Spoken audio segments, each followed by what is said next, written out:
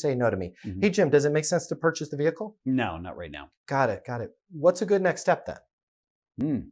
So I'm able to now pivot instead of, Jim, do you want the vehicle? No. What do I need to do to get your business? Why not? Right. By the way, if you work in sales, never say why not. Right. They're going to tell you, they're going to make up reasons why not. That's right. They will answer the questions you've asked. That's right. Right. And then later they've got to live up to that lie that they just live told up to you the to get lie. out of it. Exactly. Right. So don't put yourself in that position. Right. So, Jim, does it make sense to purchase the vehicle? No, not right now.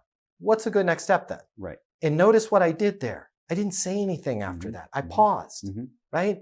I'm not a hustler from 30 years ago just waiting to throw out my one-liners. Sure. I genuinely want to know what the next step is. Right. So without being intrusive to that prospect. Exactly. And now let me show you how we can make sure that even the most evasive, non-communicative customer, the one that just clearly is not going to give us anything, that we still set something. Right. So I'm just going to rephrase that question.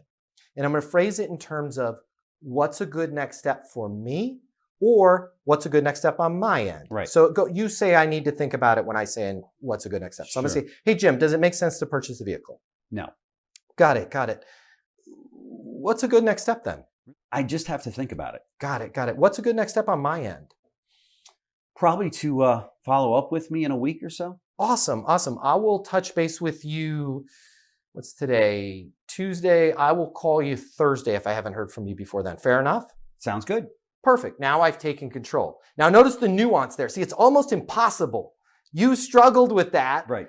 With evading me. When I ask what's a good, your brain, you're automatically going, well, I need to give this person a next step, right? That's right. And you just went to your unspoken objection, the timing, which we could have gone off on another track because I want to know why the timing isn't right. Again, that's what we've talked about in other segments. Ethically, it is my responsibility to know what your timing is. Right.